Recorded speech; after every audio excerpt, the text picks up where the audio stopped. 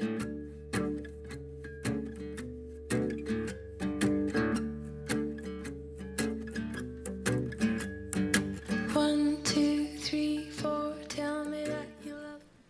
everyone, I'm Nicole and I'm the Canadian Nickel, and today I'm going to be working on another challenge card, and it is for the Stamp Insanity website. It's challenge number 7, and it's a color inspiration challenge, and this is also one of their digi images that I also used just recently for the Burtonesque Dolls blog haul.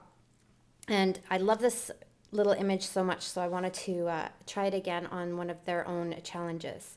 So I'm going to go ahead and get this started, and I cut this piece of cardstock at 10 inches by 5 inches, and I think this is my new favorite size to do cards because I think this is my 3rd one.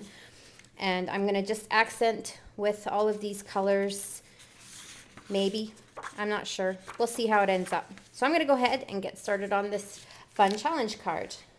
So I've gone ahead and selected all my colors and have my markers out to color my Stamp Insanity Digi stamp, and I believe her name is Nicolette if you're interested in going over and checking her out, and it's just a quick click and download. So I'm going to go ahead and color in my image with these colors just to coordinate with it all, and we'll just see how it all comes out. So I'm sitting here coloring out my Digi image, and I had a brilliant idea. Now I don't know if it's going to work out, but I'm going to try it. I decided to print my image out again on this pattern piece of paper, and if it's double-sided, make sure the side that you want to have the image printed on goes in flat like that. So you're seeing the opposite side, because when it goes through the printer, it'll go like that. And the reason why I say that is because I almost printed on this side. And I'm going to see how this is going to work out, and I hope it does, because I think if it does work out, it's going to be brilliant. So I'm just going to keep coloring my little Digi image here and see how this card is going to turn out. All right, so here's my brilliant plan. I'm going to cut out the umbrella, just the bottom part right here, and her top hat, and we'll see how it looks on top of there. And I still haven't figured out what to color her hair, how to do it. I don't know. I'm going to figure it out as I go, just like everything else. I think I've kind of decided on what I'm going to do for her hair. I'm a little scared. So I'm going to blend, well, not really blend, because the Stampin' Up markers aren't like Copics. So I'm going to just have to figure out how to kind of make it funky and cool without blending it, which I'm okay with that. I like blended, but I also have, if I wanted, I have my blender pens if I wanted to, but so I want to combine these two colors without making them look all muddy. And I'm just going to go ahead and put some orange in there. And wherever I end up that's white, I'm going to fill in with blue.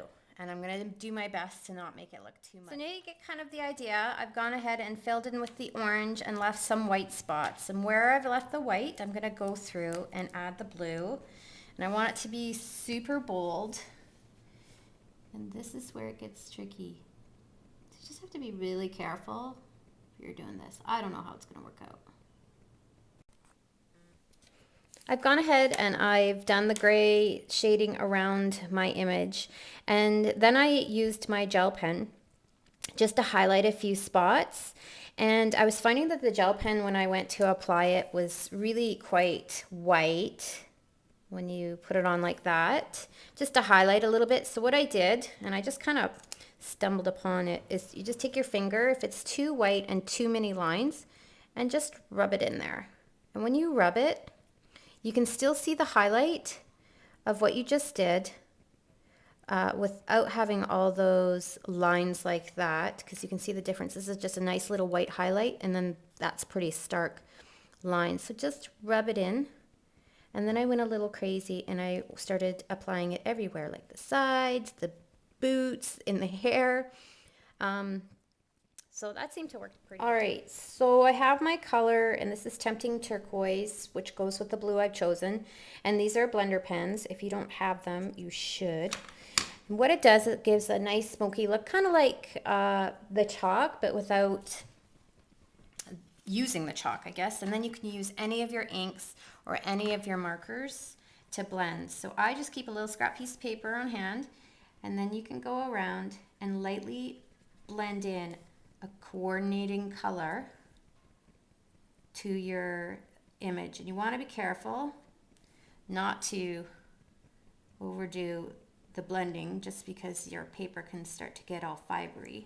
I've gone ahead and colored her in with my chalks. I like to use those for doing skin, and did her eyes because I just like how it blends. And now I just put the umbrella and the top hat, which I added some orange in there, up on Stampin' Up! Dimensionals.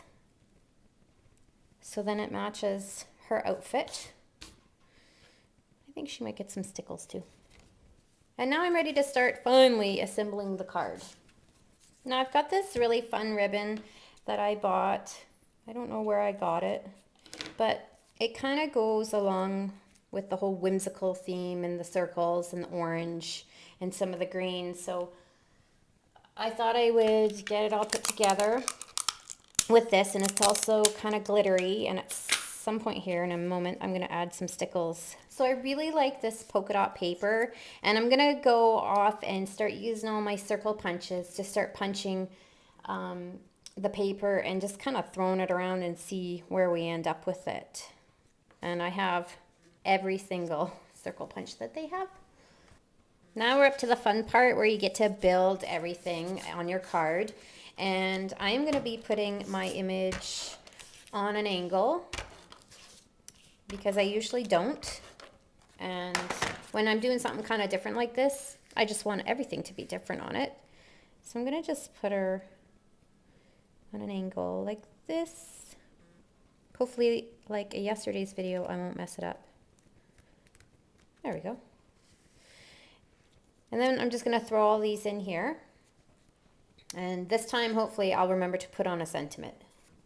Now I've gone ahead and started putting on my little circles, and I've tucked a couple underneath because I like to apparently tape before I'm ready to. And luckily, I could just slide them under. It was pretty easy. And now I'm just going to put some of them up on dimensionals. And I still want to put my ribbon on there, so I'm going to slide it through now. I made it extra long because this is pretty thick ribbon, and it can be a little difficult to work with, although right now it's not acting that way, but that could be because I cut it longer. Now I'm ready to do the sentiment, and it's from You're Absolutely Fabulous, or I think it's just Absolutely Fabulous, and it says, No, seriously, you are. And I'm going to put it into my Tempting Turquoise color to match, and just grabbed a scrap piece of paper.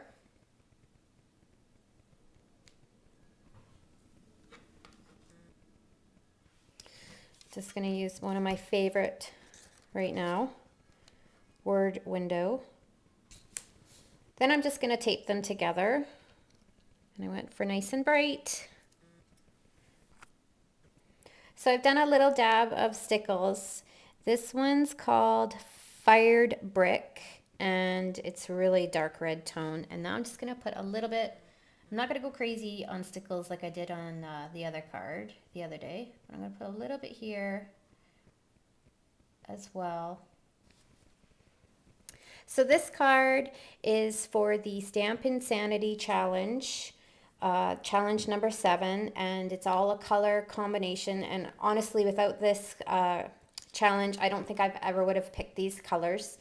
And also, this video will be airing on May 1st, which is National Scrapbooking Day, and I don't know if that's in the US or if that's in Canada, but I'll just take it as it is. And I personally will be out of town playing, but I hope you enjoyed this card. I hope you pop over and do the same challenge because it's a lot of fun. These colors are really bright, and I hope you have a great day blog hopping around and seeing what everybody has in store for you. Thanks so much for watching, and have a great day.